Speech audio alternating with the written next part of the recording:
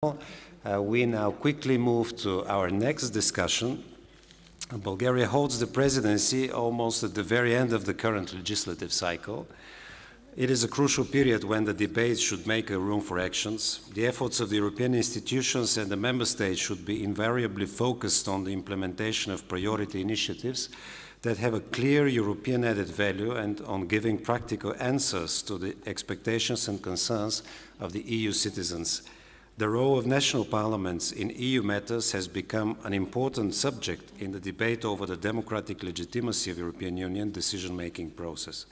The EU must continue to uphold the common European ideas in line with the Rome Declaration, which confirmed the exceptional importance of the principles of solidarity and cohesion as leading for the European integration.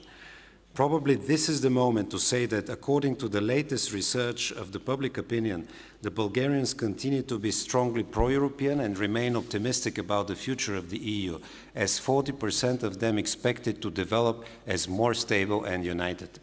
Let me now introduce our distinguished speakers for these sessions. First, Mrs. Iliana Iotova, Vice President of the Republic of Bulgaria. Second, Mr. Franz Timmermans, First Vice President of the European Commission. And third speaker is Mrs. Iskra Mikhailova, Chair of the Committee on Regional Development of the European Parliament. Mrs. Iotova, you have the floor, please. Thank you, Mr. Vigenin.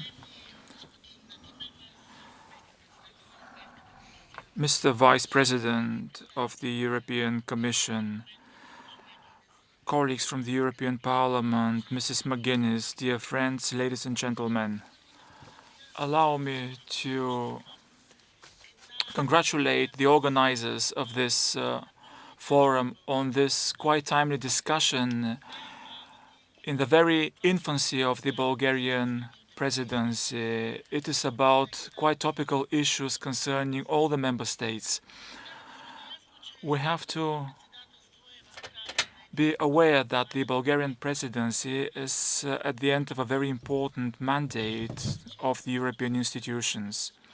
The success of the Bulgarian presidency underpins the success of all the member states in the European Union as a whole, which will be the criterion deliverables in all the important areas such as security, funding of the EU against the backdrop of Brexit,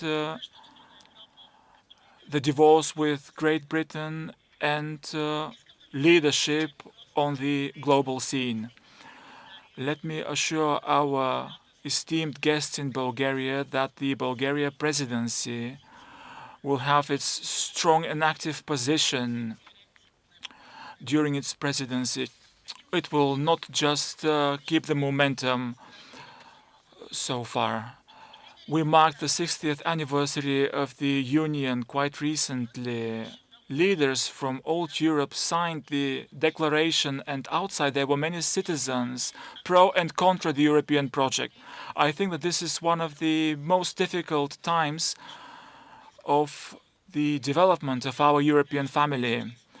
And we have to say openly today that the way Europe is functioning is not to the liking of European citizens. Unfortunately, we've lost this natural enthusiasm and urge for development on which Europe was built. And this is one of the paradoxes. We don't like what is going on. We talk at summits, conferences, working shops, but unfortunately we cannot involve European citizens into finding solutions on the Europe of the 21st century. There have been some landmark events recently which seem to have gotten the ball rolling. The white paper with the scenarios for the European project proposed by the President of the European Commission, the vision of French President Macron on Europe, Mr. Juncker's speech on the state of the European Union. But again, we have had no dialogue with the civil society. These speeches were quite different. They had many ideas. But the most important issue we need to address is our development and what we do about it. All of you are perfectly aware of the problems that we face right now, starting with bureaucracy, which replaced vision, and going to the crisis that struck us recently. We are writing today the future of the European project, but our history should be based on specific proposals, not on just paperwork. It seems to me, however, that unfortunately we've been building fences amongst ourselves as well. 10 years ago, it was unthinkable for a member state to threaten to leave the European Union because of a lack of solidarity. And unfortunately, today, there have been procedures launched against 2 member states for infringement of the rule of law. Dear colleagues, there are 2 possible options. Theoretical European project with specific policies that will come later, or specific policies that will underpin the European model. I am in favor of the second option myself. Now, very briefly, let me highlight a few important issues. The next budget of the European Union. Unfortunately, the discussion not in the institution but in society, among citizens, is something that is not there. Hence, the perception of lack of determination, the lack of ideas. Quite legitimate are concerns because there is no information. There are rumors spreading about the future of the European budget post-2020. For instance, in Bulgaria, one of our greatest concerns is that there will be a freeze on the European funds. They will be cut and reformulated, revised. This is how people move away from the European idea. This is how there is the perception of Brussels, which is far away, and Brussels, which makes decisions on behalf of citizens. There has been talk about greater contribution to the European budget. Any proposal can gain legitimacy only if it has been discussed beforehand with citizens. As President of the EU, Bulgaria is aware of all those complexities. In March, as you already heard from Mrs. Pavlova, there will be a huge debate here on the future funding of the European Union. But even then, if there hasn't been any discussion with the citizens, we run the risk of devoiding this discussion of meaning. When it comes to cohesion policy, this is something that needs to be discussed widely, because replacement of cohesion policy and its instrument by new financial instruments is another issue that has to be debated. What is the event that marked Europe recently? In a word, this would be security in all its aspects. It replaced some main fundamental problems of Europe, like free movement, new markets, social rights. 80% of EU citizens expect Europe to do more to fight terrorism. Focusing only on this type of security, we neglect the fact that almost the same percentage of citizens want us to rise up to other challenges like unemployment, social disparities, environmental protection, tax fraud. In 2015, Europe faced another huge challenge, which was quite often raised in your intervention: migration and how to address it. For 2 years now, we've been unable to build a common asylum policy. The directives and regulations proposed by Europe right now have not been finalized. the agreement with Turkey is not working properly the way we would like it, especially when it comes to readmission. I think that this is a problem that needs to be discussed. We have no time to wait. Europe is divided. It seems that every member state is in favor of solidarity, but only if the other member states show solidarity with it. Sometimes the same country does not show solidarity with others when it comes to security. Outstanding issues are, let's say, the European Bureau of Investigation, and the coordination of security forces of Europe is not enough, as we all know. By the way, here we need to discuss more widely the idea of the European prosecutor for fighting terrorism. Another new topic is defense. I'm sure that it will be covered by the discussion today. But there is something very important there. We have to make sure that all member states are involved in this topic on an equal footing in order to avoid new division and new Schengen, because it's a quite sensitive topic for Bulgarians. And finally, the enlargement policy. At the very beginning of this term of office of the European Commission, Mr. Juncker expressly said that there will be no new enlargement. Now Bulgaria is taking a huge step forward. I think that it drew attention of Europe and the entire world on Western Balkans. It's a territory in the geographical margins, but also in the margins of great policies. I think that this is an important success for the Bulgarian presidency, for our country, because stability in the Western Balkans means stability for the entire European Union, for the entire old continent.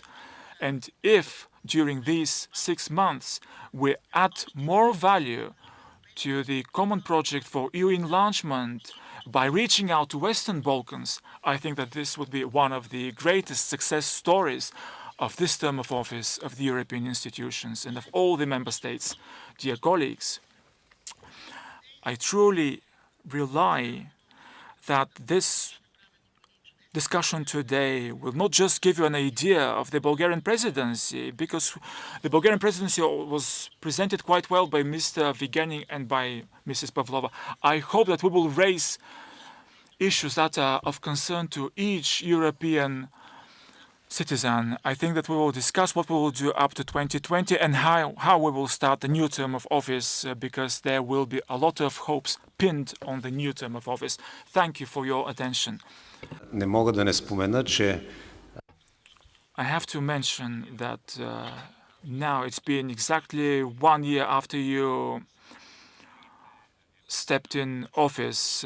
Before that, you were a member of the European Parliament, and I'm happy to have you here today. Frans Timmermans, the first Vice President of the European Commission. Please, Mr. Timmermans, and welcome. Thank you very much, Christian, for hosting us, and good morning to all of you.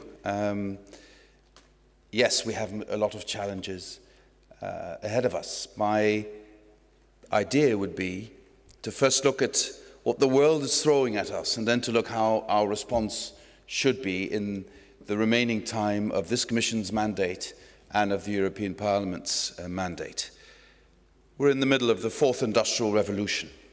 The way the world is organized will change fundamentally at breakneck speed, and it's happening all over the world at the same time. It's the first industrial revolution in human history that affects all parts of the world at the same time, and that will leave no life untouched, neither human lives nor natural life.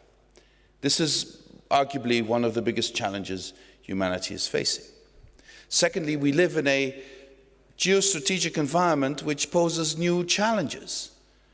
An American administration that has a different vision than any previous administration in terms of international stability, I think, as far as we can tell. A European environment which poses quite a number of challenges given the insecurity that surrounds us. But also here again, things are linked. What is happening to our natural environment is intimately linked to what is happening to migration. What is happening to migration and the environment is also intimately linked to political choices being made and geostrategic choices being made. This is the world we live in. The promise of the European cooperation, of European integration, has always been convergence. Like in any social contract, in any of our societies, convergence is a promise politicians, the public authorities give. What is the reality after this huge crisis we've had? Divergence. We're not growing closer together within our societies, within our nations. We're also not growing closer together between nations in the European Union. We need to fix that. And I believe that if we combine these elements, the challenges the world throws at us, and the unfulfilled promise of convergence, which is eroding away support, not just for European politics, but for politics in general, also in our member states, these issues need to be addressed. I honestly believe that what was one of the winning slogans in the Brexit referendum, take back control, is an issue that is certainly not limited to the United Kingdom alone. I think many of our citizens have the feeling that they are no longer in control of their destinies. And how do we present Europe to them as an instrument that will allow them to regain back control of our destinies? How do we prevent Europe becoming so afraid of the future that it can only talk about the past? Because only if we embrace the future as a place of potential development, of potential progress, only then can we actually go forward. If we become so infatuated with a mythical past, we will miss the opportunities to create a better future for our societies, for our children and grandchildren. I want to emphasize this because, of course, then we need to step immediately into the fray of what are the things we need to do in the next couple of years. I would say, grasping the opportunities of the fourth industrial revolution to paint a picture of a society where there are jobs in the new economy and not just job losses is one of the main things we need to do. Recreating it, and this you could do through circular economy, digital single market, making sure that we don't pollute our environment excessively, neither by CO2 emissions nor by plastics. That's why we came out with the strategy last week on this issue. We also need to make sure that convergence becomes a reality again. And if you look at the discussion we will be having on the multi-annual financial framework, I would say make convergence between member states and in member states one of the main issues that should be addressed in that multi-annual financial framework. I also believe migration will be an issue we will have to deal with extensively. I have to say, I have to disagree with those who say that relocation has failed. There are approximately perhaps 3,000 people in both Greece and Italy left who are eligible for relocation. Many member states took their responsibility in this area. So it is simply not correct to present this as a failure. Secondly, I think it is almost destructive to pretend as though relocation is the linchpin, the most important thing we have to do in the migration issue. It is a very small element of a much bigger strategy. It is an essential element in the situation of an acute crisis. I do not want to go back to a situation where member states, if they are overwhelmed by a refugee problem, cannot count on the solidarity of other member states. This has been the reason why Dublin didn't function, because Greece and Italy did not, when they asked so many times over the years, when they said, this is not working, you cannot leave this up to us on our own, we need you to work with us. When the answer was, Dublin is Dublin, take care of your own problems, At the end of the day, that led, under pressure and necessity, to the way through policy that has undermined our migration policy in Europe. And we need to fix that. And we need to use the time we have left in this mandate to fix that. And I have to say, if you look at the challenge of migration, the issue of refugees as a consequence of strife, war, etc., is arguably the smaller of the issues. And these are incidents that could happen. But the real challenge that will be constant over the next generation is how we deal with migration, people who want to come to Europe to have a better future, who do not have the right to international protection, and therefore who will have to be returned to their countries of origin, preferably who never leave their countries or regions of origin, and Europe is there to help them stay where they are through development, through the rule of law, through the elements that make a society more just and make people stay in their society rather than look for opportunity elsewhere. This should be part of the migration policy, the negotiated agreements with third countries, looking to continue our cooperation and strengthen, I would say, our cooperation on external border protection, looking for real sustainable development in the countries of origin, especially in Africa. Those are the essential elements in a migration policy we will have to develop. But let there be no mistake about this. There should also be an agreement on what we do if there is a crisis and member states are overwhelmed, and there should not be the possibility for member states to simply say, we will not show solidarity, because the price of that would be for solidarity as a principle in the European Union to be challenged by everyone, and that everyone loses sooner or later. This is how the European Commission sees this challenge, and this is the way we would like to work ahead. Next Thursday, the 25th, I will be chairing the first meeting of a new task force, which I believe is of interest to COSAC as well, on subsidiarity and proportionality. Why? Because we do believe that if you want to strengthen and increase this idea that Europe should be big on big things and small on small things, you have to review what Europe is doing now and have a no taboos discussion about what Europe could do or what should better be left to member states or even to regions within member states, and to see if we can come up with fresh ideas to answer this question, which is always on the table. Is Europe doing the right things? Is Europe not doing the right things? What could Europe do better? What could Europe do differently? And I know that around this table, quite a number of member states have invested in this thinking and in this more fundamental reshaping of what we should do at what level. And I invite all of you to give input as much as you can to this discussion. The period of time we have to work with is relatively short, but let's see that as an advantage. It will force all of us on the task force to make sure that we come up with something substantial within the next 6 months or so that we can then feed this into discussion about the future of the European Union and its future tasks. And it will undoubtedly also have relevance for the discussion about the multi-annual financial framework and the priorities that will be included in the multi-annual financial framework. Let me end on this notion. Sometimes, and I remember that past vividly, the idea was that Europe could only be constructed at the expense of member states and the sovereignty of member states.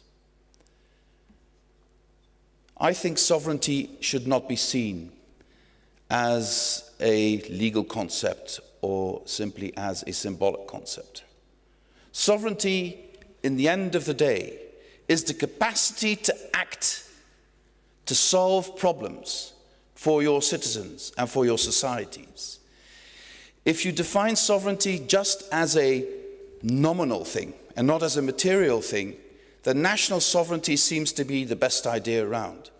But if you look at the world, how it is developing, and the forces around us, and the scale of the forces around us, how is nominal national sovereignty, if it is not pooled with others at the European scale, how is that going to bring solutions for climate change? How is that going to make us strong enough to face the challenges President Putin and others are throwing at us? How is that going to make it possible for us to reorient our economy, our internal market, our financial system towards the world of tomorrow, towards a fourth industrial revolution? So in that sense, I just want to echo what President Macron has said about sovereignty. Sovereignty at the European level means giving Europe the capacity to act there where Europe needs to act on behalf of its member states and its citizens. And I believe you, national parliaments, without you this could never be formulated. Against you it will never happen. With you it can happen. And in doing so, you also reclaim the effectiveness of sovereignty on a national scale. I truly believe this. And we recreate trust in politics that we are capable to provide convergence within and between our member states, that we do understand that depending on your neighbor is not a source of fear, a source of violence, but depending on your neighbor is a source of confidence, a source of strength, and a source of prosperity. This is what Europe will need to do in the next couple of months. This will not end with the end of this Commission. It is a task we will retain even after that. And thankfully, you're not going anywhere at the end of this Commission or the European Parliament. You will still be there helping us to guide us into the future. I wish you very fruitful discussions. The Commission is at your disposal for these discussions. Once again, let me reiterate, please feed into the work my task force will be doing in the next couple of months. I will promise to you that if you feed into our work, we will give you feedback as far as the conclusions of our task force are concerned. And I wish the Bulgarian presidency a lot of success in this very difficult period of time. And I want to express the Commission's full confidence in the capability of the Bulgarian presidency to create one of the most successful presidencies in the mandate of this Commission. Thank you very much. Thank you, Franz. Just to mention that we have established formally a working group within COSAC that will help the work of your task force and the participants on behalf of COSAC in the task force. So we hope that this will give additional ideas how to continue, how to move on this issue. And we'll be fully constructive on that. Now I would like to ask Mrs. Mihailova to take the floor. Please, Mrs. Mihailova.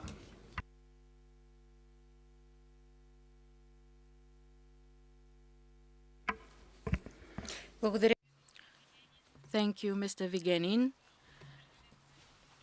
Esteemed Vice President of the Republic of Bulgaria, esteemed Vice President of the European Parliament, esteemed Vice President of the European Commission, esteemed Chairperson of the Committee of EU Affairs of the Bulgarian National Assembly, ladies and gentlemen, Chairpersons of Committees on Union Affairs in the Member States, dear guests, it is my honor to participate in the deliberations of this Commission within the Presidency of Bulgaria of the Council of the EU. Being the Chair of the Committee on Regional Development of the European Parliament, my intervention today is an opportunity to present to you the positions and the work of the Regi Committee related to the future of the European Union. We are fully convinced that only if we are united we can be stronger and more successful. When the current composition of the European Parliament was formed, we were faced with Eurosceptics and honest and people who were honestly against the European Union idea and the idea of representatives of the citizens in the European Parliament. Back in 2014, it was clear that the main task in front of all of us who are working towards the European values will be to make the European Union closer and more understandable to the citizens of the Union. The Regi Committee had to find a formula which will present to the citizens of the European Union the meaning, the European added value and the contribution to growth and jobs of the entire cohesion policy and each and every project supported by this cohesion policy. The closeness of European citizens to the policies and institutions of the European Union is at the foundation of the Union's future. We saw that this closeness was really damaged. 50% of the citizens of the United Kingdom decided that the kingdom should leave the European Union. This was a turning point in this trend, and there was a clear necessity to act quickly in guaranteeing security and protecting the integrity of European borders and the safety of European citizens. In relation to the management of the migration process and the investment outside the European Union, environmental issues and climate change, the European Parliament was absolutely adamant in its position in support to the European values and works actively towards bringing those policies closer to the citizens. Our success is also due to our close contact with the European Commission. Mr. Timmermans has to be given credit for that because we have frequent meetings and we work closely together. The work of the European Parliament is actually preparing the future of the EU. Mr. Timmermans mentioned the newly formed task force.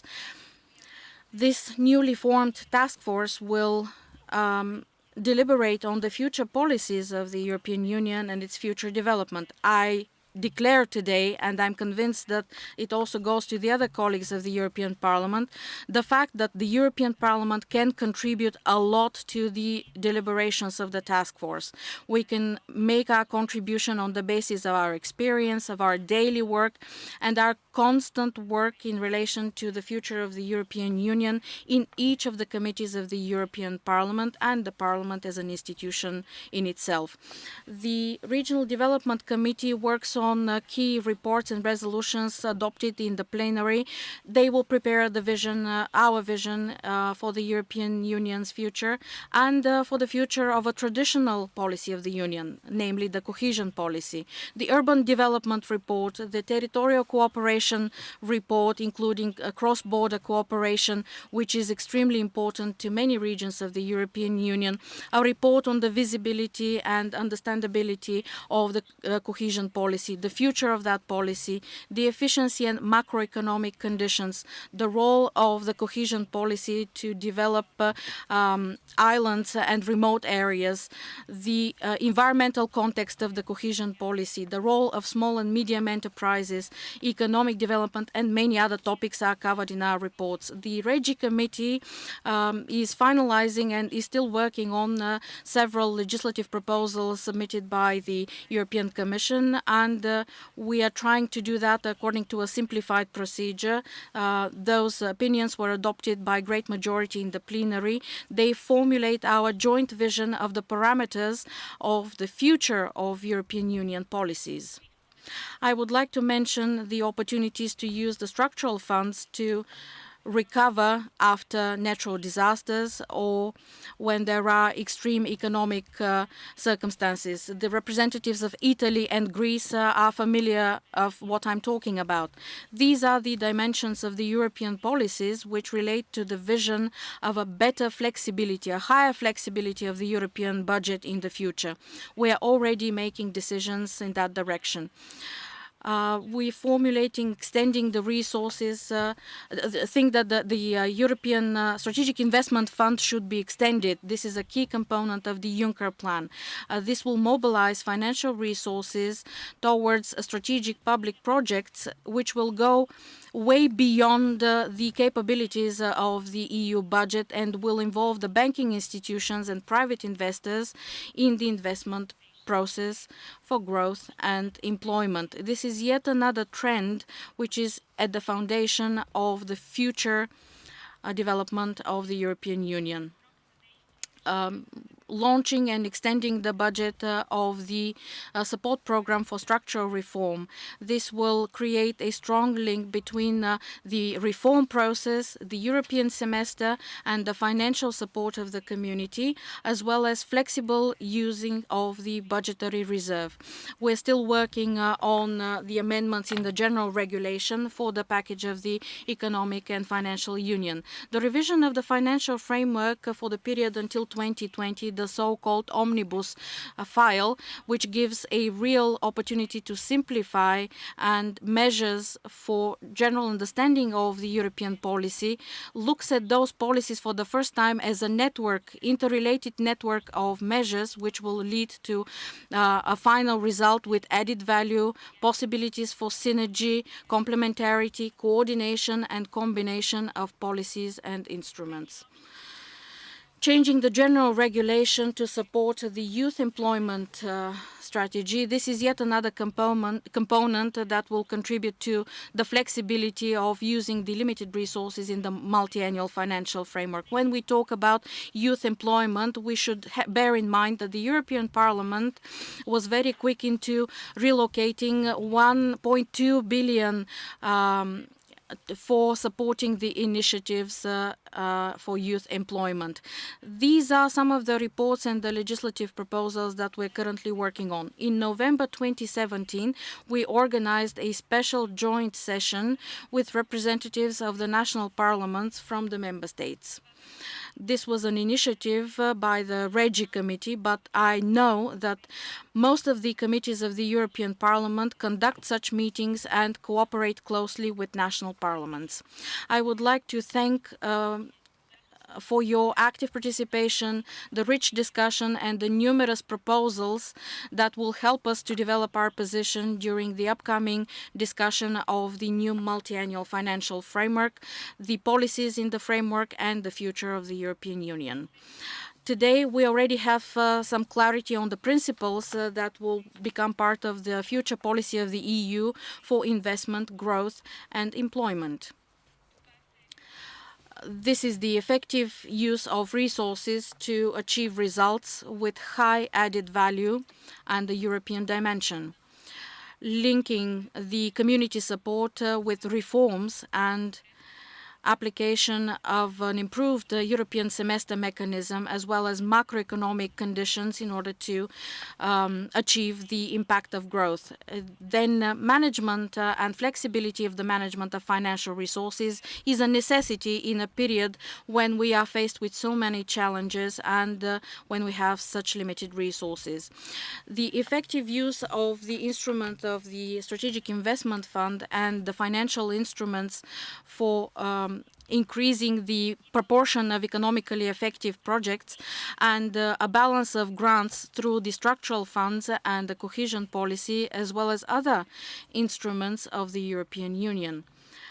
Possibilities to complement and to combine resources. This is yet another very important issue on which we're working, and many of the member states are facing this problem. They are ready to continue work on it.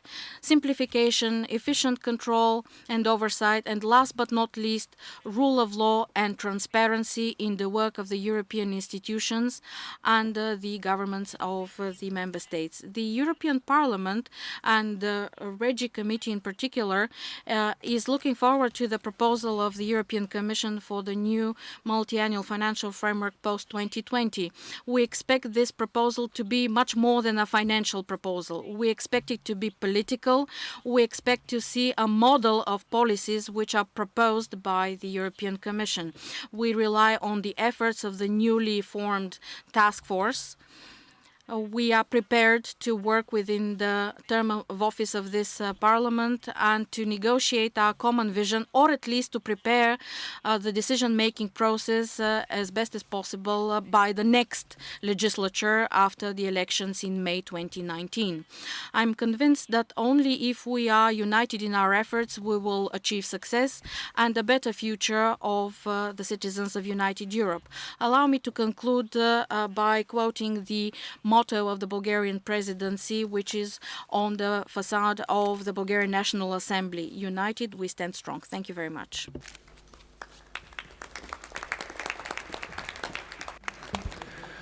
Благодаря, госпожо Михайлова. Thank you, Madam Mikhailova. We rely on your active involvement. The Regi Committee is very important. Now, let's proceed to the debate. On the list, which means that we can allow ourselves to have 2 minutes, as it was in the first discussion. 21 already, but keep in mind that the 21st is the last one, so we cannot accept more requests. If somebody wants to speak, could add that during the third panel. Now, I don't want to waste time myself. As I have informed before, 15 seconds before the end of your intervention, you will hear this signal.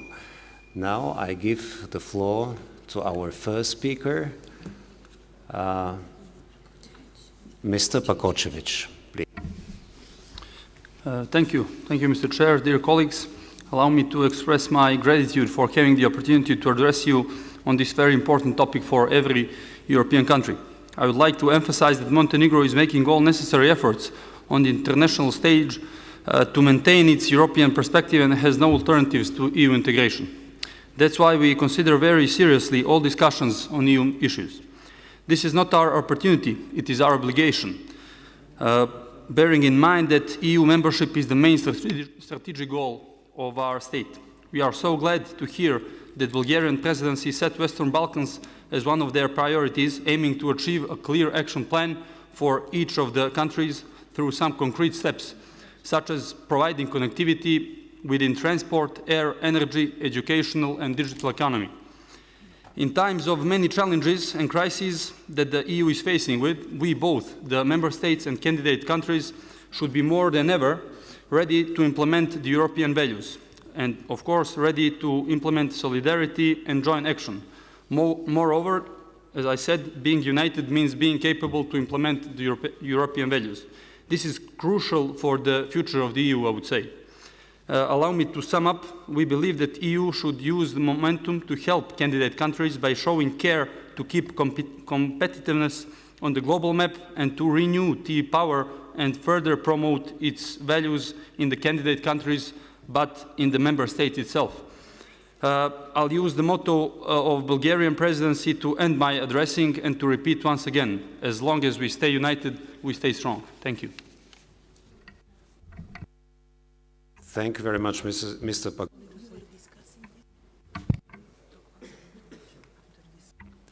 If someone pushes the microphone, it switches off the other microphone, so just keep that in mind.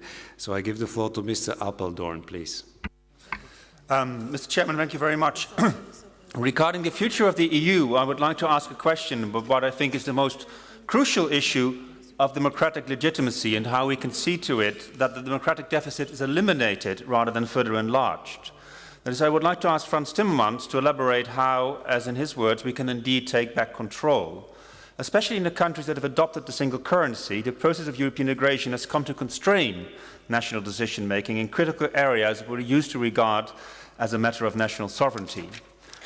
Beyond the problem of a lack of transparency, the problem is one of democratic accountability more generally, and how to organize this in a Europe where we neither have a single demos nor a European public space.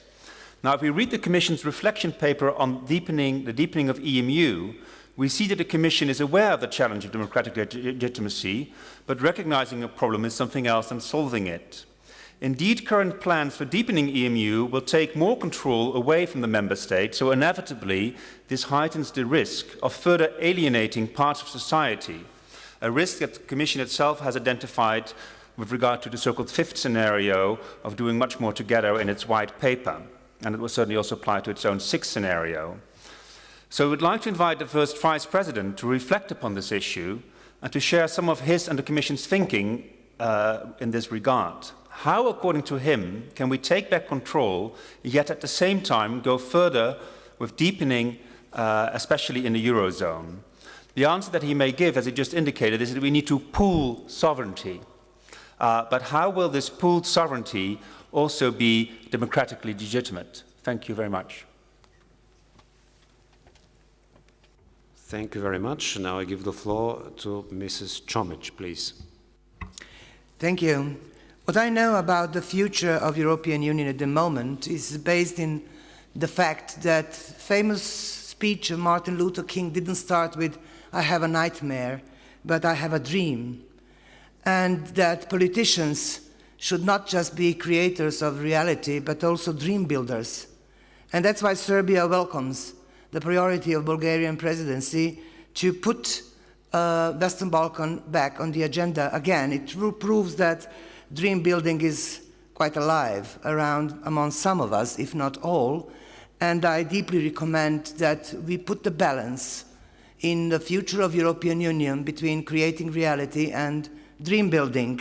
And I do hope that also the next presidency will take the carriage coin of dream building from Bulgaria and work with us in the future, as well as I do hope that we will contribute to European integration process by showing that in Serbia we will struggle to put balance, put equilibrium in the coin of European prosperity, where one side is stability and development and security, and the other one is rule of law, free media, human rights. Because if we do not keep these coins equal, then we will have problem, and we do not want to produce any problem.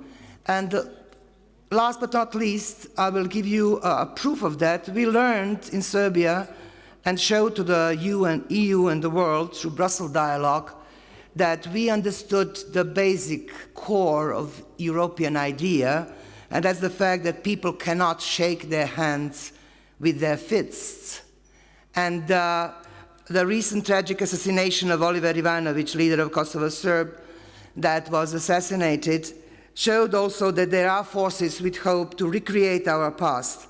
But neither Belgrade nor Pristina will allow dark forces to recreate itself, because we are the dreamers of European Union. Thank you. Thank you very much, Mrs. Čomić. Now, Mr. Hrček, please. Thank you, the floor, Mr. Chairman. Dear Mr. and Madam Vice President, if I look at the future of Europe on a shorter run, I wish to briefly comment is the post-2020 MFF. The size of the budget shouldn't be reduced, but rather increased since a number of new challenges have emerged. Mr. Chairman, Hungary is ready, if necessary, to increase the level of its contribution in order to preserve the key role of cohesion policy and the common agriculture policy as well, and also to cover necessary expenses of migration and security. I would like to make it clear that the traditional sectoral policies have a clear set of objectives laid down in the treaties. Therefore, I refuse any proposal that would connect cohesion policy to other unrelated policy issues, such as the rule of law or migration. Mr. Chairman, on the longer run, the European Commission should refrain from making proposals that concern the national competencies of member states. For example, the aims of the European Pillar of Social Rights are welcomed, but its future implementation can raise a series of problems of legal nature and question of competence. Finally, let me make a short remark on the subsidiary task force. I strongly agree that we need to take a critical look in order to identify areas where an EU measure can provide added value and where member states' competencies should be better respected. However, I simply cannot accept the negative approach of the European Parliament. In Tallinn, the 41 chambers were able to come to a common conclusion on the nomination, but the unicameral European Parliament so far has failed to be constructive. Thank you very much for your attention. Thank you, Mr. Hercik. Now I give the floor to Mr. Leiden. Thank you, Mr. Chairman. I wish to offer my congratulations to Bulgaria holding its first presidency here in Sofia. And to, after 11 years of membership of the European Union, it's a great success. Your slogan, United we stand strong, most appropriate in relation to the Brexit negotiations and the departure of our friends from the United Kingdom in March 2019. To our 26 countries in Europe who are with us in this regard, you have shown solidarity with Ireland in arranging to have no physical boundaries between North and South of Ireland, which would be detrimental to the development of Ireland in the future of the European Union. We share about 499 kilometres with Northern Ireland. We have 300 crossings and we have a massive trade between both parts of the island. So it's very important that the continued success of the negotiations, which I think are proven to be more successful than expected, between Mr. Barnier and David Davis, long they may continue. We are playing a very important role in relation to Europe and have been in the past. But the solidarity shown by you, the members, and you representing the 26 countries, is we are very, very thankful to you, and we ask you to continue that support. By the way, I'm personally in favour of the expansion of the European Union, because one leaves, I think we should have more joining.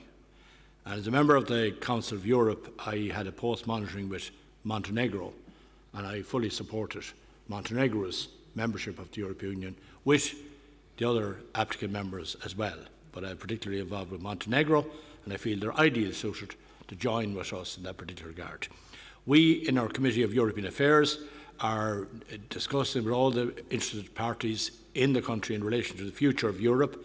It's very important. We have a major development there. And I'd also like to thank the welcome given by our Prime Minister Taoiseach to Sophie here when Leo Varadkar came on the 5th of January and was very well received by your leadership here and the government. Thank you for that. And long may it continue, and I want to wish you every success for the future months as President of the European Union. Well done, Bulgaria. It's a great achievement. Thank you very much. Thank you very much, Mr. Leiden. Now, Mr. Bizet, please. Merci, Monsieur le Président. Thank you, Chair.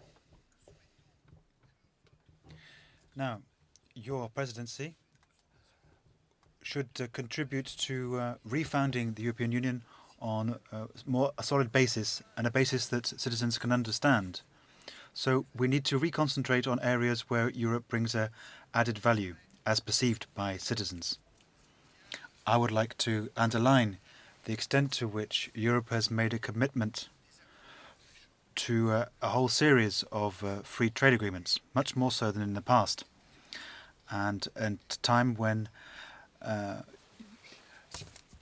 USA seems to be going into isolation, and China as well, well, the European Union is absolutely right to move to this third generation of free trade agreements. And I think that the European Union is now laying down the new standards, which will become global standards. I attach a huge amount of importance to this. And this will contribute to ensuring the future power of the European Union. So we need to ensure that each member state finds their place in this system, and we need to work together to ensure that we're all winners in this. So, as I say, that's the only way we can ensure that we can harness the added value of the European Union. Floor. Thank you, Chair, and my sincere thanks to our keynote speakers for very important contributions. Could I suggest, though, that there is a sense that the glass is half empty? I would like us to approach this with a more optimistic perspective and remember that Europe has achieved great things, because there is a danger in this debate that we forget what has been achieved. Secondly, can I also ask for caution on the use of the words "take back control"? They are the language used in a certain referendum campaign, which led to a result that we respect but did not wish to see. And if you look at the progress towards the United Kingdom's so-called taking back control, it is proof positive that that concept of pulling away and being isolationist is extremely difficult for citizens, and the outcome's not so positive. Look at the area of healthcare and pharmaceutical regulation, done really well at a European level. My last remark, and I specifically want to address the task force and to thank my colleague, Mrs. Mihailova, for saying very clearly that the European Parliament will cooperate. This is our duty and our wish. Mr. Hercik, please be reassured that the approach of the European Parliament towards the task force is positive. We will not participate in the way that had been envisaged, because there is an established principle of the Parliament that we don't take part in bodies in this manner. But of course, we will be constructive, and I would again repeat that the work of our AFCO and jury committees is very much in line with the work of the task force, and it is in all our interests, European Parliament and national parliaments, to dissect and work towards this idea of proportionality and subsidiarity. And I wish the engagement of national parliaments and the Commission on this issue success with the cooperation of the European Parliament. It's the manner of that cooperation that we will work towards. But be reassured, colleagues, and last night in our Troika meeting, I repeated with great vigour that the European Parliament is not at all negatively predisposed towards the task force. It is simply our engagement has to be at a different level, but we are hopeful of good outcomes. Thank you. Thank you, Mrs. McGuinness. Now, Mr. Obremski has the floor.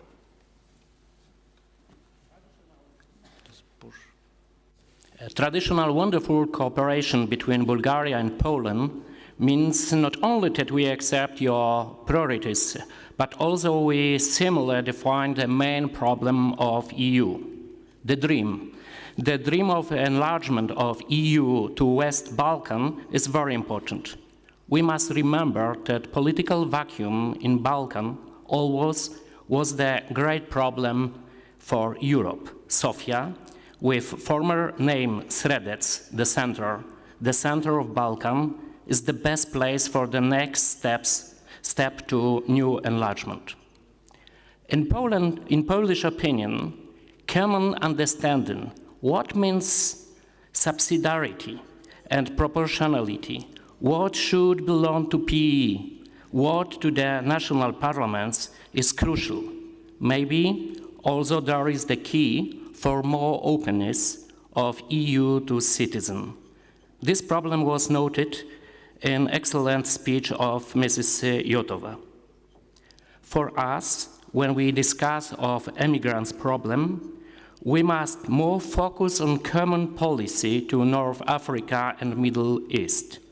And last, we couldn't forget about Ukraine, about the war in Ukraine. Remember about it, maybe it's the Polish sensitivity, not only because we are the neighbors, but also that we have in Poland 2 million immigrants, sometimes refugees from Ukraine. With us is Mr. Timmermans. Thank you for your yesterday meeting with new Polish Minister of Foreign Affairs. I hope it will be new opening for better understanding. Because in accordance to Bulgarian slogan, Bulgarian presidency slogan, united we stand strong. Thank you. Thank you, Mr. Obremski. And now, Mr. Hadjiani has the floor. Thank you, Mr. Chairman. Dear colleagues, taking into account our determination for more persistent collective efforts to overcome challenges and achieve more Europe, I would like to stress that it is also crucial to eventually reform the Union in such a way as to enable it to address not only current but also future challenges and act effectively. No matter which scenario or combination will be followed, the future of the European Union should be based on its core values. The White Paper on the Future of Europe has already been scrutinized by a number of parliamentary chambers. As representatives of people, it is our duty to do so. In Cyprus, the issue has already been discussed in the Committee on Foreign and European Affairs of the House of Representatives, and the debate is expected to continue. I believe that the biggest challenges facing the Union, such as the refugee and immigration problem, the defense and security of the Union, as well as terrorism, cannot be dealt with effectively without the involvement of all member states. I would like to make a few points on one of the most crucial challenges, the development of a stronger and safer Europe in the world. Our strongest European response to security challenges must be one based on dialogue, solidarity, humanitarian assistance, and equitable burden sharing. Diplomacy is of the essence, and we must pursue all efforts already underway with all main stakeholders involved in the EU neighbourhood. The aim is to reach a political solution that will be sustainable and will bring security and stability to conflict areas such as Syria and beyond. A stronger, a safer Europe requires first and foremost a financially sound Europe. The restructuring of the financial framework of the Union and the European semester as a coordination platform of EU fiscal and macroeconomic policies, as well as the completion of the banking union, are important steps towards the consolidation of the Union's policies. In this process, the role of our parliaments should be substantial. We need the greatest possible democratic legitimacy of European financial integration. The role of our parliaments is also important for the prevention of the use of the financial system for money laundering and terrorist financing. Thank you very much. Thank you, Mr. Hadjiani. And now, Mr. Lupatka, please.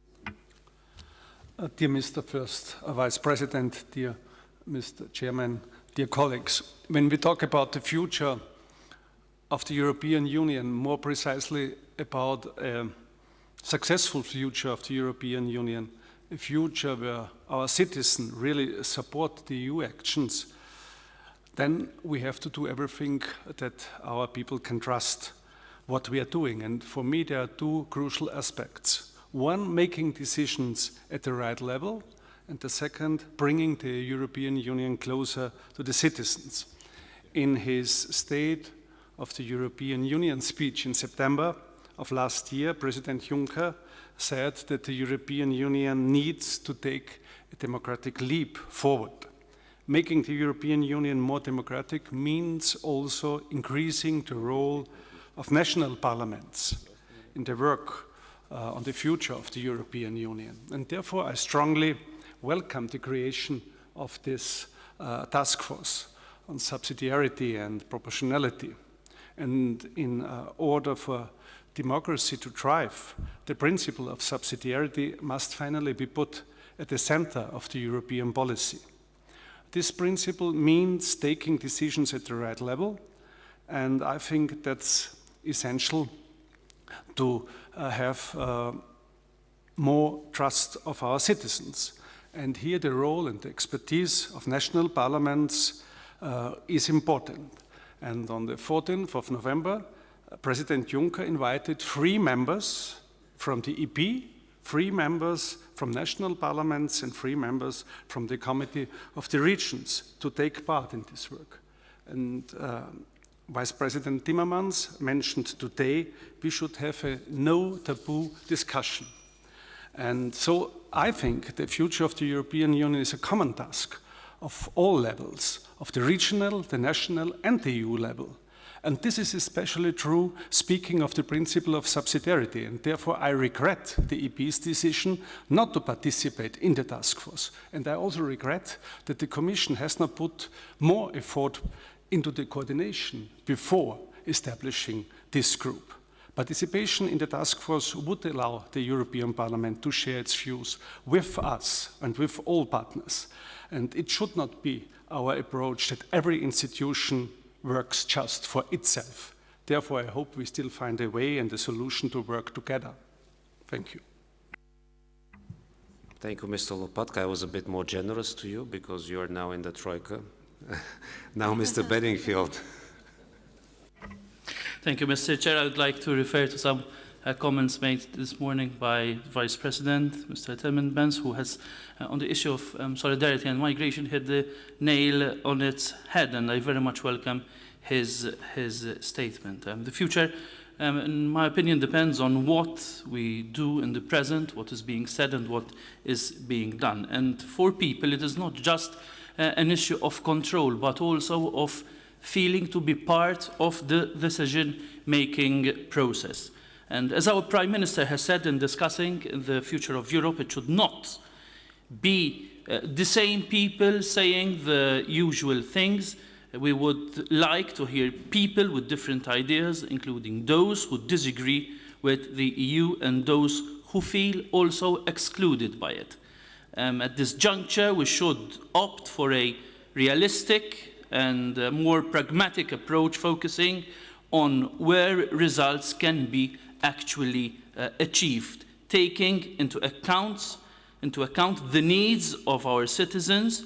A mix of short and medium term promise a more future-proof union. We should concentrate on areas such as migration, such as implementing a more security union and the fight against terrorism, digital agenda, energy, capital markets union, banking union, and finalizing trade agreements, innovation, and making the best use of new and emerging technologies, and so on. One final word is very important: the communication, which is intrinsically linked with delivery and implementation. We have to deliver on what we communicate, and we have to communicate what we deliver. Let us not forget that communication is a two-way commitment, and we have to listen as much as we have to speak. Thank you very much, and I wish you all the best for your presidency. Thank you, Mr. Bedingfield. Now the floor has Mrs. Bastos. Dear Chair, speakers, delegations, we are celebrating 10 years of the signature of the Lisbon Treaty. This treaty is a symbol of a new European Union. For the coming years, the guide for a better and strong EU is the white paper of the future of the European Union and its 5 papers. The European Union needs courage to make the reforms that shape its future, completing the ambitious projects, thinking about young people that are standing aside the labour market. Their contribution to a better society and a better economic growth is vital. Let me reaffirm the importance of deepening the economic and monetary union, especially the European Monetary Fund and Deposit Guarantee Scheme to protect the member states. This is time to build up the European pillar of social rights to give the European citizens social protection, inclusion, equal opportunities.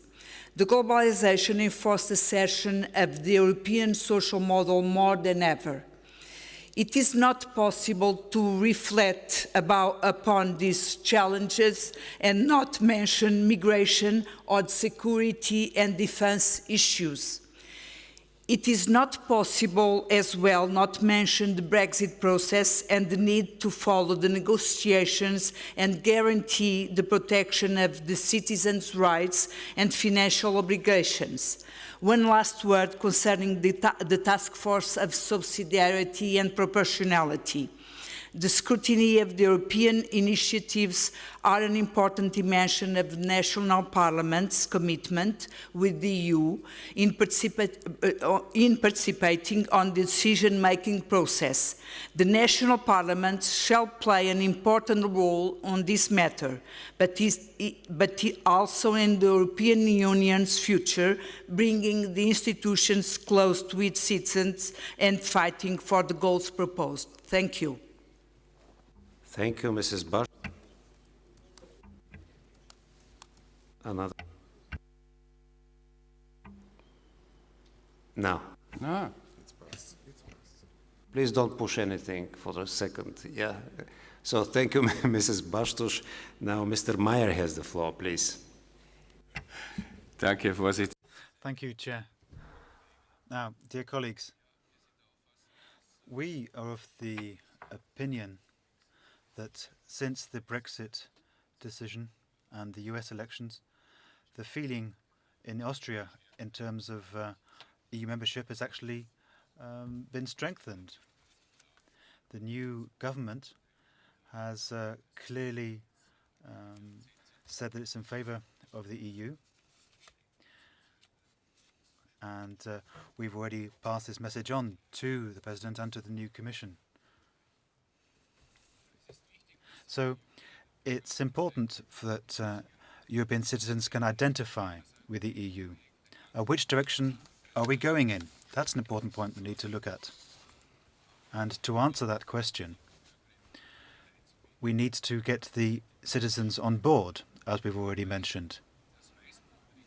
The white paper on the future of the EU from 2017 looks at 5 different scenarios.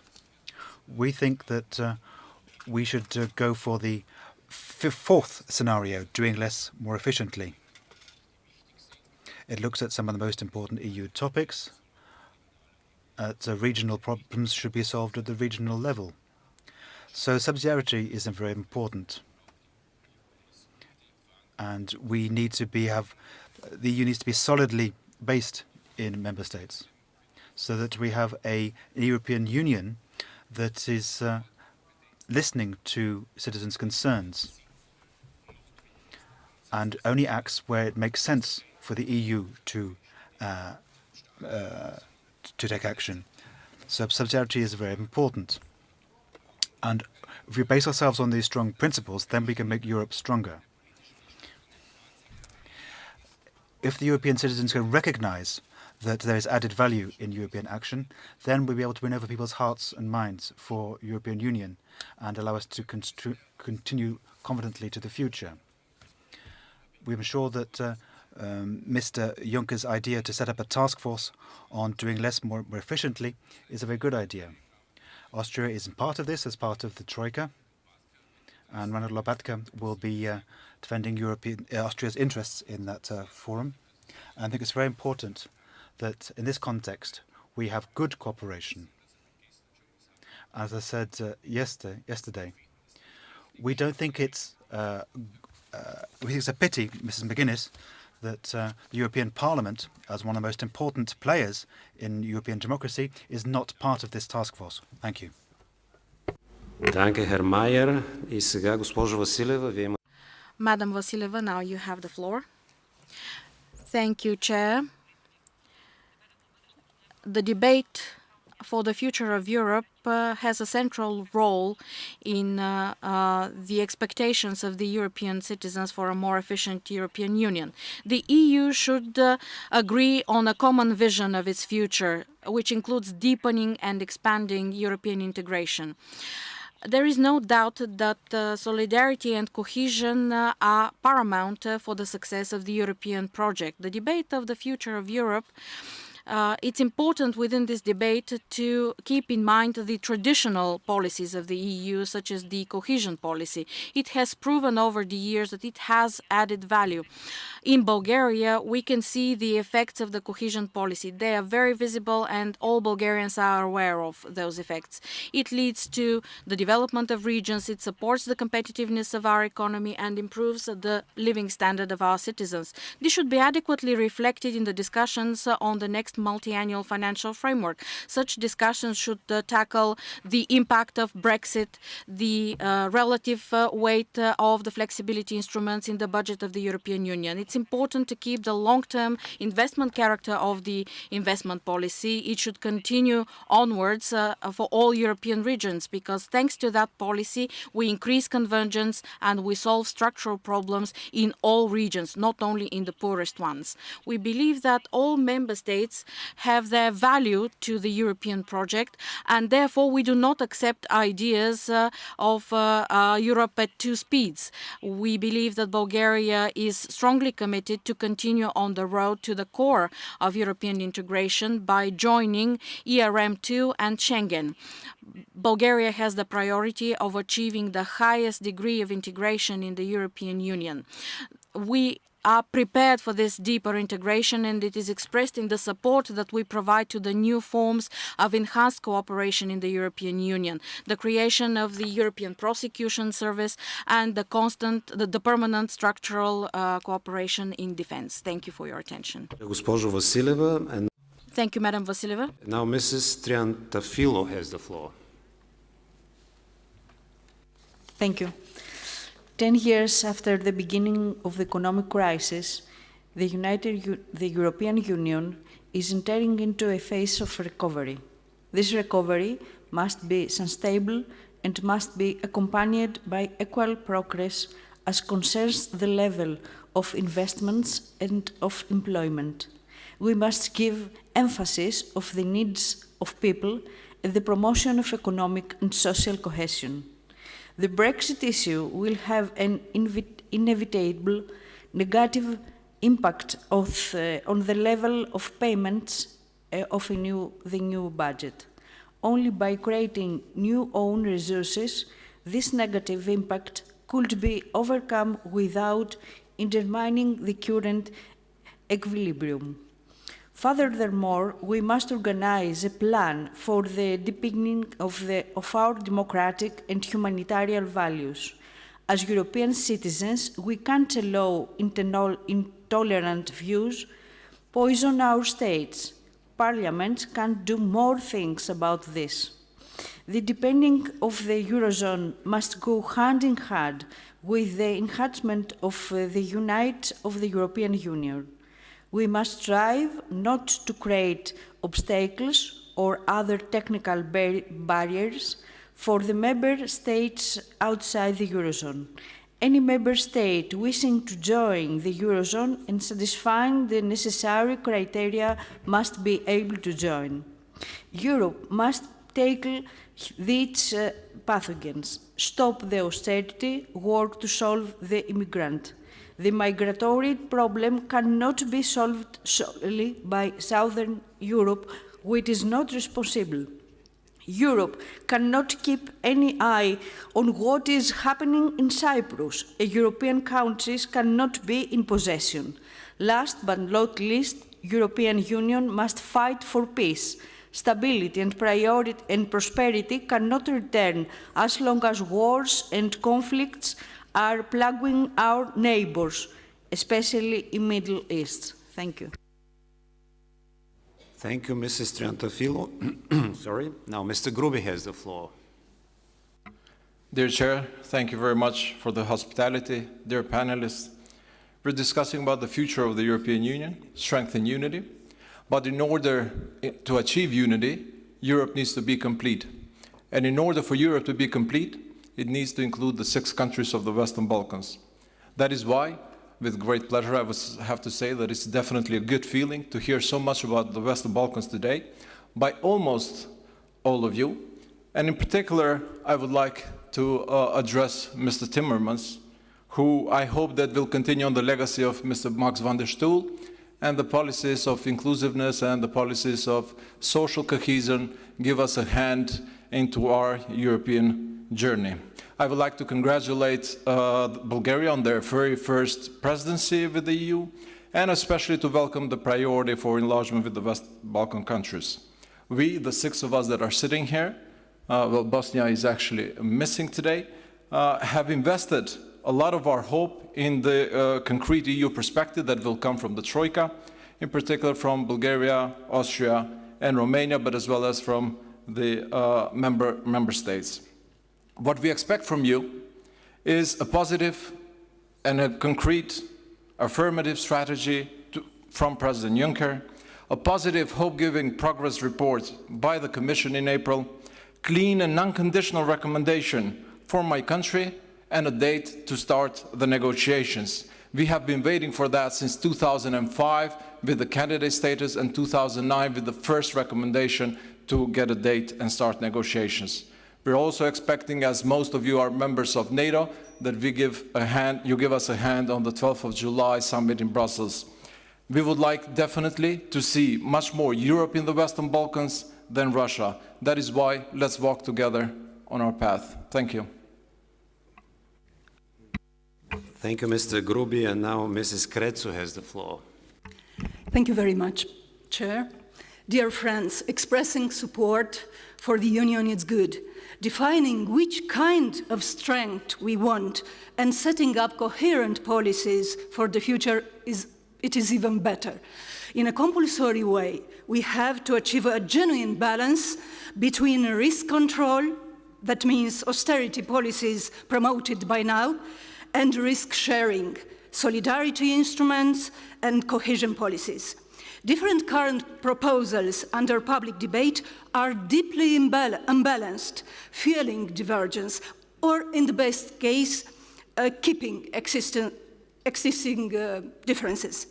For defining appropriate concrete measures, our Interparliamentary Conference on Governance and Stability has to be asked to work on a paper on this respect as well, or our new created working group could do it. The increasing Euroscepticism, it is not mainly because of missing democratic institutions or because of subsidiarity issues just a few are aware about. This happens because of a less and less output legitimacy on European and national level, and because of an increasing feeling in some new member states especially that a stronger union, it is wanted, but without us. When providing results for many, not just for a few, our union had been loved by citizens. When feeling treated as equal members with specific problems to solve, our union have been highly supported by every member state. As President Juncker recently said here in Sofia, many countries made sacrifices, painful structural reforms, with hope and optimism in order to join the European Union. In order to regain this hope, in a union facing increasing inequalities everywhere, not only in the new member states, we have to define, create, and provide new European public goods for every citizen. Besides peace, we have to keep. Secondly, we have to replace bad globalization promoted through our trade treaties by now, generating migration abroad and undermining social systems inside, with a good, social-sensitive globalization. And to replace technocratic legitimacy, this kind of choices without options, we have frequently made with a kind of real democratic contribution everybody here is open to provide. Thank you very much. Thank you, Gabriela. Next January, I will also speak a bit longer, you know, when you have the responsibility to chair the meeting. Now, Mrs. Chigane, please. Thank you so much, Chair. I would like to agree to those who are saying that we should not be so pessimistic about the situation that the European Union is in.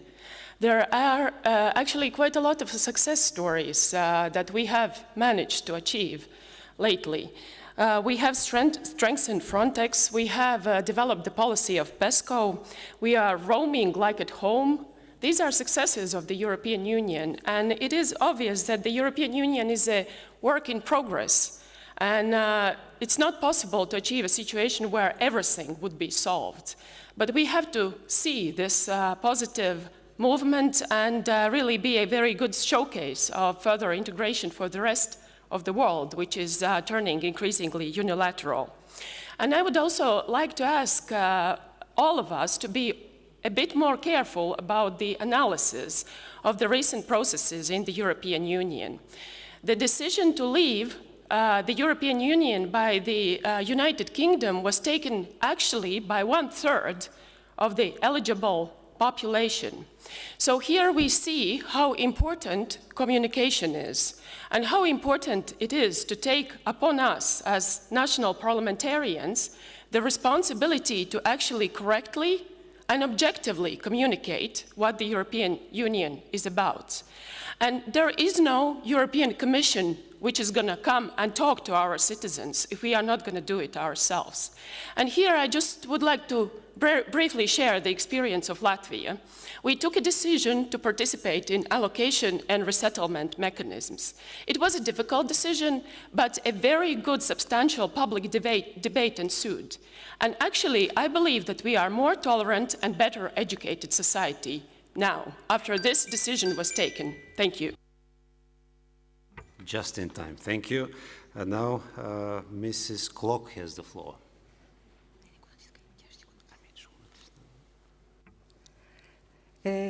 Szanowni Państwo, Ladies and gentlemen,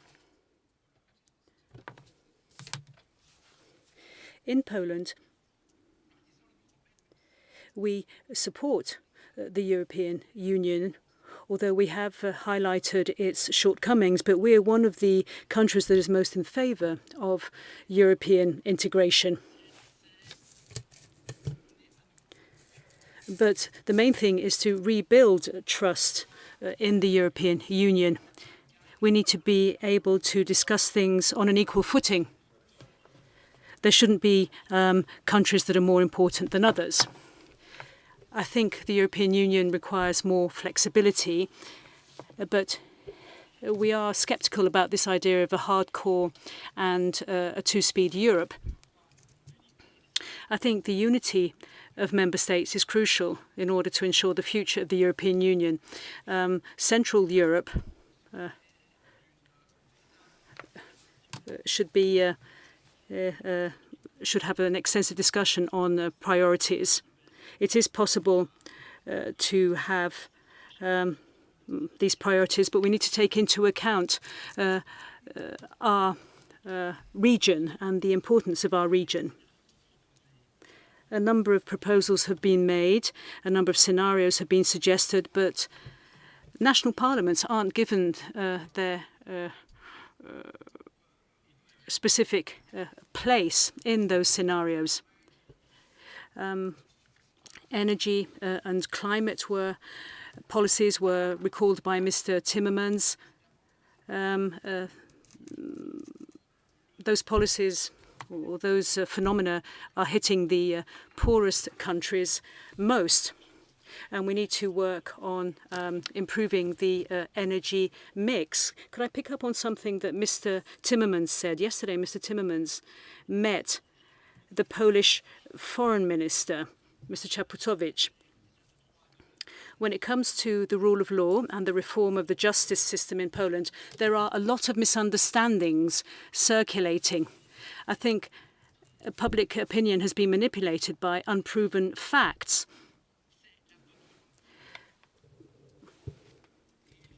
I think goodwill is the order of the day. We need to get to know each other and we need to respect our citizens. 80% for the reform to the system in Poland. They want us to respect the rule of law and the justice system. I think it's necessary to reform the justice system in Poland to the benefit of our citizens.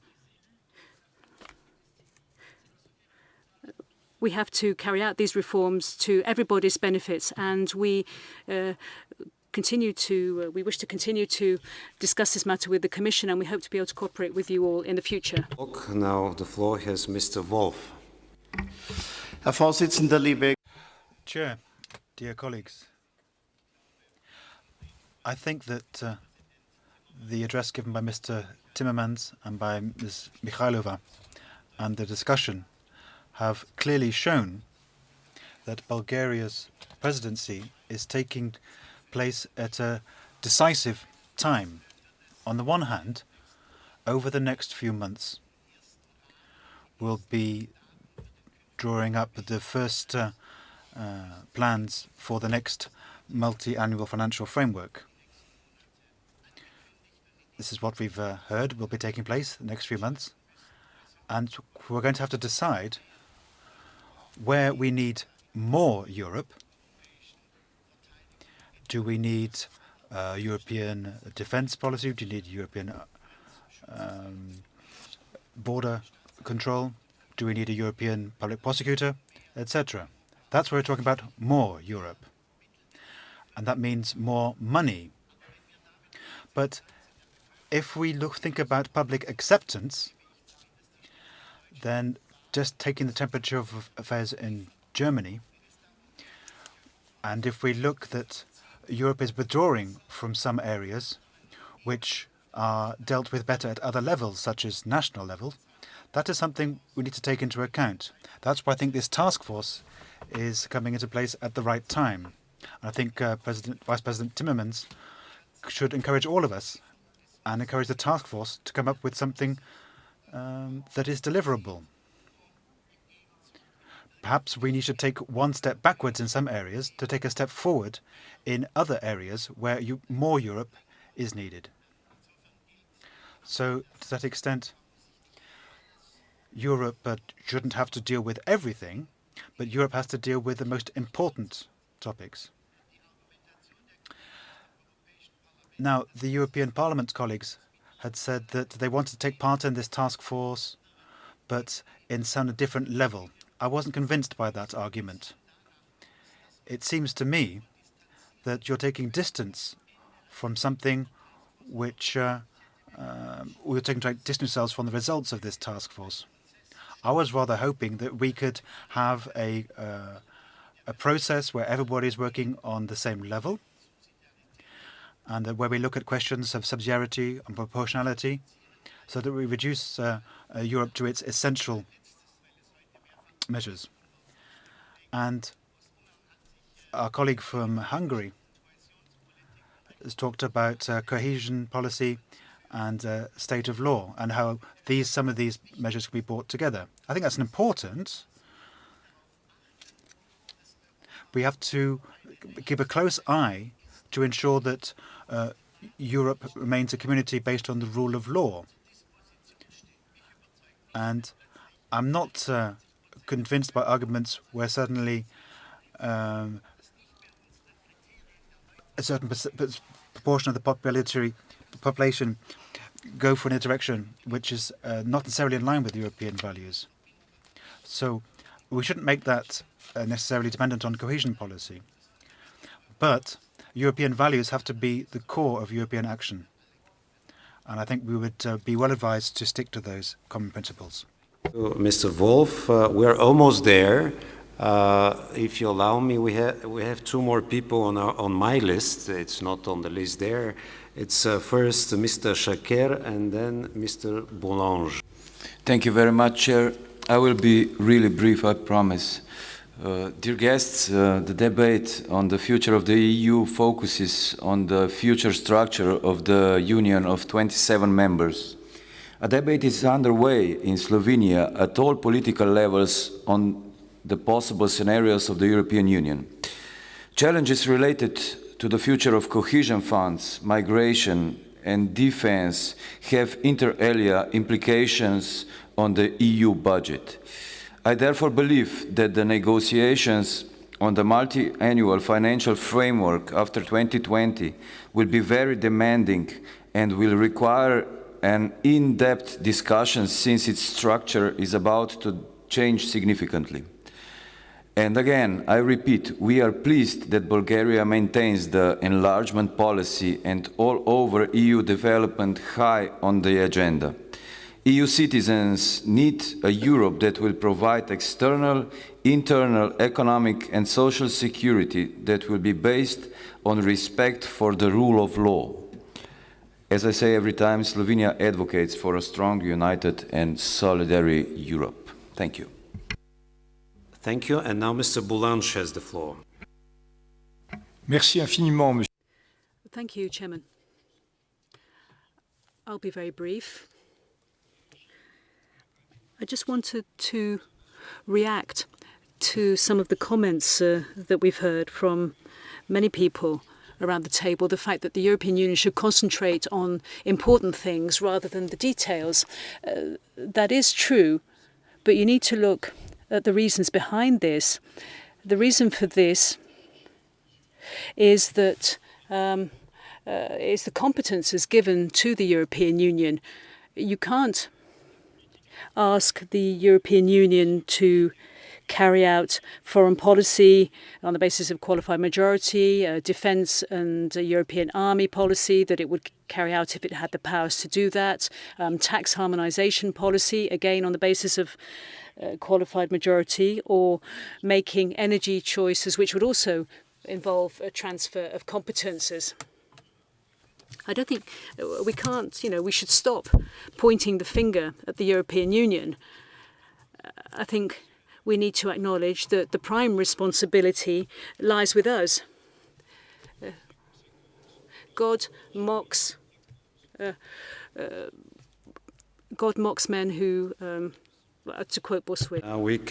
We have concluded the interventions from the panel, from the floor. Now, I will have to be very strict to our distinguished speakers as well. I would ask you to stick to not more than 3 minutes response to this big discussion that we had already. So, Mrs. Yotova, please make a try. Thank you, Mr. Vigenin. I'll try not to exceed 3 minutes. I'll start with something that we've just heard from Latvia. I don't think that today's debate is pessimistic. Quite the opposite. This discussion has shown that here we have people who want all EU problems to be solved efficiently because the EU project, and it's a project because the EU is still developing, it's a project of optimism of European citizens. The second conclusion that we can draw is as follows. I rely a lot on this new task force that will be set up, and I hope that the European Parliament will join it. This new task force will shape the direction where Europe will be going, where European decisions will be important for all of us, and where we need to draw the line between European and national competences. We've talked a lot about subsidiarity and proportionality. When this task force starts working, it has to take into consideration national parliaments as much as possible, because this discussion shows today that national parliaments speak on behalf of EU citizens in the different states. And I would like to thank Mr. Timmermans for his idea, because at the end of this legislation, the proposals made by this task force will be very important for everyone. The third conclusion has to do with your assessment of the top priority of the Bulgarian presidency, namely Western Balkans. I heard something very important from our colleagues from the Western Balkans, their optimism that during our presidency there will be important decisions taken for their real progress, not just promises for the future. Someone quoted Mandela. Let this not remain just a dream. I hope that the EU will indeed enlarge to cover Western Balkans in future. And the fourth conclusion, and I will leave it at that, dear colleagues, yes, it's good to solve all topical issues, but your interventions touched upon something very important. In seeking such solutions, given our hectic daily life, we shouldn't forget that first and foremost, the EU is an EU of values. These values include solidarity, willingness to stay together, to approach problems together.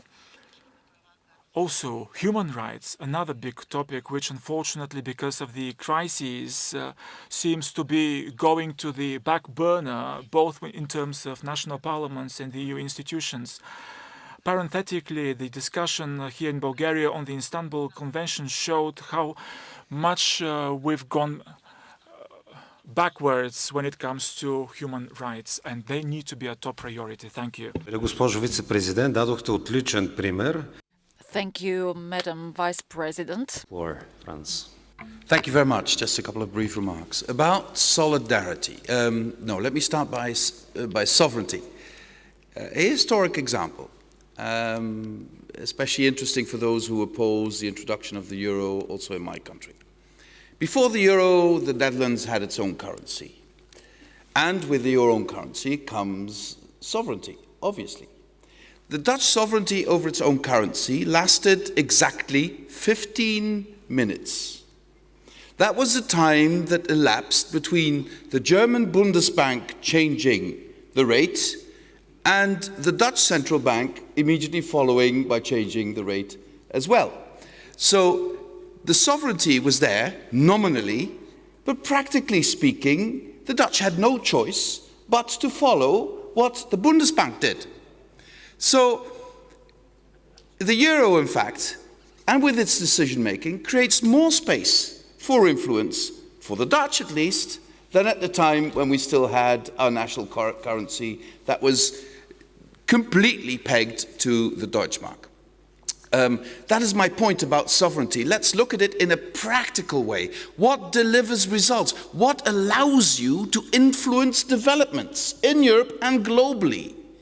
And then surely, if you look at the challenges the world is throwing at us, pooling our sovereignty at the European level is the only answer to face the big challenges that we have.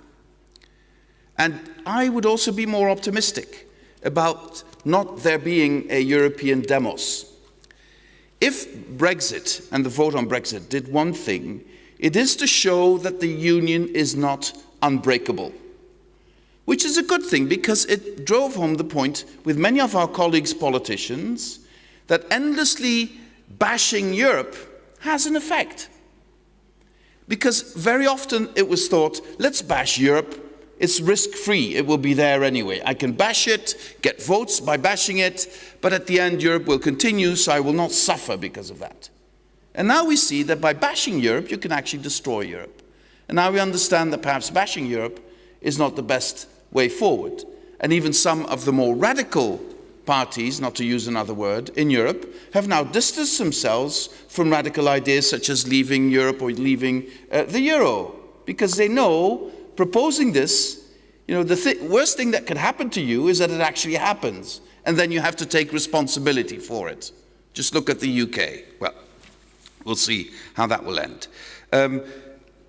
But that debate has also led to an understanding across the European Union that our destinies are more linked. Never before has the Dutch general election been followed with such attention and dread across the European Union. Why? Because people know that an election in one member state has an immediate effect on the other member state. So the European demos is increasing, and I'm more optimistic about that. Now, on the task force, it is open for the European Parliament, and I would really reiterate my invitation, please join us. And I frankly do not understand the reasoning that is used not to join us. I was a member of the Monti Group, where we discussed the future of own resources. European Parliament took part in that, full-fledged and very active. So why can't it take part? Why is that reasoning suddenly different in this task force? Frankly, I'm not playing games. I really don't understand it. And I really hope the European Parliament could reconsider this, because we need the European Parliament to be full-fledged part of this process. And by the way, let me just say, for all clarity, subsidiarity is not a one-way street. If you have a discussion of subsidiarity, you could also end up with the conclusion that some things might be better dealt with at European level, given the developments of society, etc. So it's a two-way street. It could go two ways. What I don't want, because I did the process also as a minister at the national level, sometimes it goes like this. You know the Milos Forman film Amadeus, where for the first time he's performed an opera and Führung aus dem Serai, and he asked the emperor, what do you think of it? And the emperor says, very nice, Mr. Mozart, but too many notes. Sometimes I get the impression that also when we discuss about Europe is doing too much, it remains abstract. And then when you ask people like the emperor, like Mozart then did to the emperor, which notes would you like us to take out, Your Majesty? You don't get an answer. So let's now try and get real answers to this question, and then we can see what the European Union is too much and not enough. My final point is this. We are nothing if not a union based on the rule of law. Why? Because the only thing that can discipline big and small, powerful and less powerful, is respect for treaties and the law. This is not an option. This is an obligation. And those countries who say, and delegates who say, we do not want a two-speed Europe, I say to them, nor do I. But beware that by advocating yourself an à la carte Europe on certain issues, taking what you need, not giving what others need, you bring about a two-speed Europe. So if you don't want a two-speed Europe, then the fundamentals of Europe are unbreakable. And the independence of a judiciary system is not a highfalutin idea of legal champions. The independence of the judiciary is not only important so that you know that your citizens are protected by the law and by independent judges. It is also essential for the functioning of the internal market and for the uniform application of EU law. If EU law, its application, is not guaranteed in the same way across the European Union, then this will, without any doubt, affect the functioning of the internal market. In many of our countries, judicial reform is necessary. In some of our countries, it is very necessary. The Commission never disputes that. The only thing we say, in reforming the judiciary, do not end the independence of the judiciary. The separation of powers is essential in the rule of law, is essential in a treaty-based organization like the European Union. We will want to work with every single member state to guarantee this in a cooperative way, in a positive way, but there can be no misunderstandings about this principle. Thank you very much, Mr. President. Thank you, Mr. Timmermans. Deserved applause. And now I give the floor to Mrs. Mikhailova.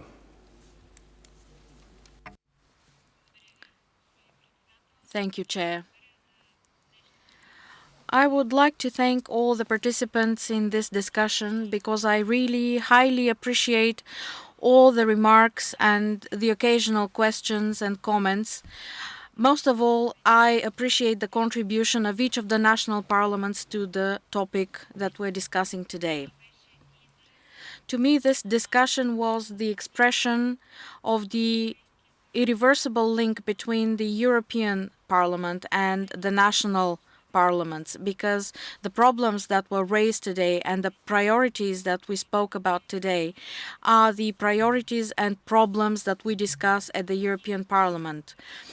Collaboration between institutions is a paramount task. Cooperation between the European Parliament and the national parliaments is one of the options, one of the possibilities that will give in our hands the instrument to communicate with European citizens closely. We need to have this cooperation. It needs to be expressed in each and every component of the policies. And I would like to underscore that if today we have some sort of controversy, or let's not call it a controversy, but different positions rather, on the creation of this task force, let me remind you however, that the European Parliament and the European Commission have a very positive track record of collaborating on the development of the working program of the European Commission. Also, the President's Council and the Commission, their collaboration is excellent. So we do have experience, we do have the option of improving our collaboration on this particular topic as well. So let me conclude by expressing my gratitude for the colleagues who raised the problem of communication, the way we present our work, the work of the European Union, the European Parliament and the European Commission in front of the public, in front of the citizens of United Europe. Communication should be our most important objective. Most revolutionary solutions for the future of Europe, even if they bring positive repercussions for all the institutions, will fail if they are not well communicated to the European citizens, if they are not accepted by the citizens and if they are not supported by them. So communicating and cooperating with the EU citizens is the key to the success of the future Europe. Thank you for this discussion. Mikhailova. Thank you, Madam Mihailova. Of course, we thank our distinguished panelists. It was extremely interesting discussion. I'm not going to elaborate anything on that anymore because we're running out of time. We'll have to cut a bit our break, coffee break. We'll come back. I ask you to be back at 12:35. But before that, I would like to invite you for a family photo. Our staff will show you the way. It's outside the hall, but of course very close. And then afterwards, we'll continue with the coffee break. Thank you very much for your participation so far.